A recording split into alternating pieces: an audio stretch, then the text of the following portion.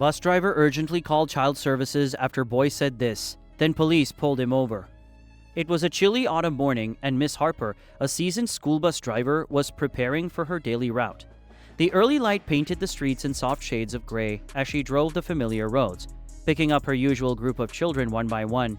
She knew each child by name, and over the years she'd come to see herself as more than just a driver. She was a quiet guardian for these kids, someone who watched out for them each day, hoping they would feel safe on their way to and from school. This morning, though, something felt different. Miss Harper couldn't quite put her finger on it, but as soon as she saw Leo, a quiet little boy who sat in the second row, her sense of unease grew. Leo was often shy, keeping to himself and watching the world with wide, curious eyes. But today he seemed more reserved than usual, his head down, his eyes hidden beneath the brim of his woolly hat. Miss Harper felt a pang of concern as Leo shuffled onto the bus, barely looking up as he took his seat. As the bus trundled along, Miss Harper caught herself glancing in the rearview mirror, watching Leo. There was something in his posture that seemed off, like he was carrying a weight too heavy for his small frame. She'd known him long enough to sense when something wasn't right, and today her instincts were screaming that something was wrong. She tried to shake off the feeling, telling herself that maybe it was just her imagination. But Leo's sad, distant expression lingered in her mind. A few stops later, as the bus jolted over a bump in the road, Leo's voice broke the silence. In a soft, almost hesitant tone, he started talking, his words barely loud enough for her to hear. Miss Harper leaned forward, trying to catch what he was saying. Leo mumbled something about a scary box at home. Miss Harper's heart skipped a beat. She kept her focus on the road, but her mind was racing. What could he mean? Welcome back to PlotTwister. Before we unravel today's mystery, don't forget to like, subscribe, and click the notification bell so you're always in the loop. Miss Harper gripped the wheel tightly, her eyes darting between the road and the rearview mirror. Leo sat with his small hands folded in his lap, staring down as if lost in its own quiet thoughts. She waited, giving him a moment, hoping he would say more. Leo was always so quiet, a boy who rarely spoke up, so hearing him say anything at all was unusual. But that phrase, scary box, echoed in her mind, raising questions that made her uneasy. As the bus slowed at a stoplight, Miss Harper glanced back and asked gently if everything was all right. Leo's eyes flickered up to meet hers in the mirror for just a second before he looked back down. He hesitated, his small shoulders tensing, but then he began to speak again, his voice barely a whisper. He told her that his mom had a special box at home, one he didn't quite like. He said he didn't understand why he had to use it, but that he was supposed to be quiet and good when he was in it. Mrs. Harper's heart pounded. She tried to keep her voice steady, asking him why he thought the box was scary. Leo fidgeted in his seat, shifting uncomfortably. He looked out the window, his expression distant, as if he was seeing something only he could understand. After a long pause, he said he didn't know exactly why, but the box made him feel small and alone. The light turned green and Miss Harper pulled the bus forward, her mind racing with each turn of the wheel. She couldn't help but feel a deep concern growing inside her. She'd heard stories, seen enough in her years working with kids, and while she didn't know the full picture, Leo's words had a weight to them that made her uneasy. Leo fell silent, but his words lingered in the air, heavy and unsettling. Mrs. Harper's eyes kept finding him in the mirror, searching his face for clues.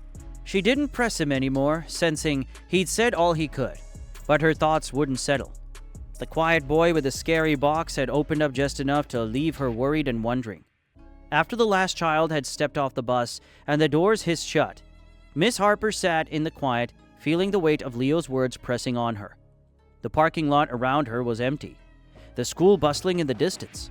She took a deep breath, feeling the tension in her chest, and pulled out her phone with trembling fingers. Her mind raced, replaying Leo's small, hesitant voice over and over. Miss Harper had never been one to jump to conclusions. Years of working with children had taught her to listen carefully, to watch closely, and to think things through. But today, her gut wouldn't let her stay silent. The word scary box kept echoing in her mind, and the way Leo had spoken, so serious and small, sent chills through her. She dialed the number for child services, feeling a knot tightening in her stomach as she waited for someone to answer. When the voice on the other end greeted her, she felt a rush of relief mixed with apprehension. She introduced herself, her voice steady but edged with worry, and explained that she was a school bus driver calling about a child on her route. She tried to recount the conversation as calmly as possible, relaying Leo's words exactly as he had said them. But her voice betrayed her growing concern. The person on the other end listened carefully, asking her to clarify certain details. Miss Harper could hear the seriousness in their tone, and it made her heart beat faster. She felt a sense of validation, as if the stranger understood her worry, and that somehow made it all feel even more real. The questions kept coming, each one making her feel the gravity of her decision to call. By the end of the call, the urgency in her voice had turned into a quiet desperation. She knew she was doing the right thing, but a part of her wished she could just make it all go away, that Leo's words had been nothing more than a strange childhood fear. She ended the call sitting there in the silence of the bus, the worry still heavy on her chest, hoping she had done the right thing and that somehow Leo would be all right. Miss Harper had barely settled back into her seat when she noticed flashing lights in her rearview mirror. A police cruiser had pulled up behind her, its lights casting sharp red and blue flashes across the empty parking lot. Her heart skipped a beat as she watched two officers step out of the vehicle and approach her bus, their expressions serious and focused. One officer tapped on her window, and Miss Harper quickly opened the door, feeling a wave of anxiety tighten in her chest. The officer introduced himself and asked if she was the one who had called Child Services. Miss Harper nodded, her hands gripping the steering wheel to steady herself. The officer's presence made everything feel heavier, as if the situation had just escalated beyond her control. The lead officer asked her to step off the bus to talk. She followed him, feeling the cool air hit her face as they walked a few steps away from the bus. Standing there, surrounded by the flashing lights, Miss Harper recounted her conversation with Leo once more, her voice steady but carrying an unmistakable edge of concern. She described how he had mentioned the scary box and how his tone had felt different, as though he was holding back something he couldn't quite express. The officers listened intently, exchanging a few glances as they processed what she was telling them.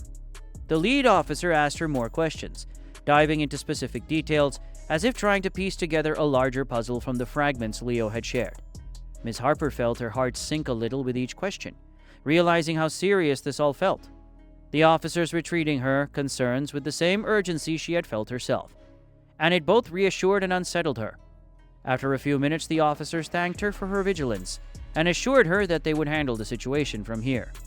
One officer told her they'd been heading to Leo's house to conduct a welfare check, a standard procedure to ensure the boy's safety. Miss Harper nodded, feeling a strange mixture of relief and dread. She watched them get back into their cruiser, the lights still flashing as they pulled away, leaving her standing alone by her bus, wondering what they would find and if Leo was truly safe behind the walls of his home. The police cruiser pulled up to a modest two-story house nestled in a quiet neighborhood. The officers stepped out, their faces set with determination as they approached the front door. They knocked firmly, their presence unmissable, and waited as the moment stretched with tension. Inside, they could hear faint sounds of movement, and then after a pause, the door slowly opened. Leo's mother, a woman with soft features and tired eyes, stood in the doorway, clearly startled by their arrival. The officers introduced themselves, explaining that they were there to conduct a welfare check on Leo. Her face registered surprise, and for a moment confusion seemed to cloud her expression. But she quickly nodded, stepping aside to let them in, her eyes wide with concern. Inside, the house was calm, with soft lighting and neatly arranged furniture. Toys were scattered around, evidence of a lively child at play. The officers moved carefully, their eyes scanning the space as they asked Leo's mother a few preliminary questions. She answered each one with a steady voice, though her hands fidgeted slightly, betraying her nerves. She asked if something was wrong, her voice laced with worry. But the officers remained composed, sticking to their questions. One of the officers asked specifically about a box that Leo had mentioned to his bus driver. At the mention of the box, a look of recognition crossed her face, and she exhaled slowly as though a weight she hadn't realized she'd been carrying was now released. She led them down a short hallway to Leo's bedroom, her steps calm but purposeful, as if wanting to clear up any misunderstanding. They entered Leo's room, a small but cozy space filled with colorful posters, a stack of storybooks and stuffed animals neatly lined up along the bed. In the corner, just as Leo had described, was the box, but it was nothing like the officers had imagined. Instead, they found a thoughtfully crafted sensory corner, a soft space lined with pillows, dim lights, and calming objects. It was a safe haven, a space where Leo could sit quietly and find comfort when he felt anxious or overwhelmed. As Leo's mother explained, she created the space to help him cope with his sensitive nature. She designed it with love, a sanctuary where he could retreat and feel grounded. The officers listened, and slowly the tension in the room melted away, replaced by a quiet understanding. They looked around, taking in the gentle warmth of the room, realizing that what they'd found was not a place of fear, but a place of love. As the officers took in the cozy setup in Leo's room, a gentle sense of relief washed over them. The scary box Leo had described wasn't a place of fear, but one of comfort, crafted carefully by his mother to help him feel safe. Leo's mother, now visibly more relaxed, explained how Leo's anxiety had been a challenge since he was very young. She had built this sensory corner to give him a calm retreat where he could center himself before facing the world each day. One of the officers nodded, a soft smile forming as he glanced around at the comforting details. The fluffy blankets, the soft glow from the nightlight, and the gentle muted colors chosen to soothe rather than startle. It was clear that this space wasn't meant to confine or punish. Instead, it was a sanctuary born out of love and a deep understanding of Leo's needs. Back on the bus, Miss Harper waited anxiously, her mind spinning with worry. She thought of Leo's small face and the way he had looked so serious when he spoke to her. She couldn't shake the feeling that something was off. When her phone rang finally, she answered with a shaky hand. The officer on the other end explained what they had found, his tone calm and reassuring. He told her about the sensory corner, the thoughtful way Leo's mother had designed it, and how it was a place of comfort rather than fear. Hearing this, Miss Harper felt an overwhelming sense of relief. She let out a long breath, her shoulders relaxing as the tension eased away. She realized that while her worry had been based on love and care for Leo's well-being, she was glad that in this case, her worst fears had not come true. She thanked the officer, her voice filled with gratitude, and ended the call sitting quietly for a moment in the empty bus. The following day, Leo boarded the bus with his usual shy smile, glancing up at Miss Harper as he settled into his seat.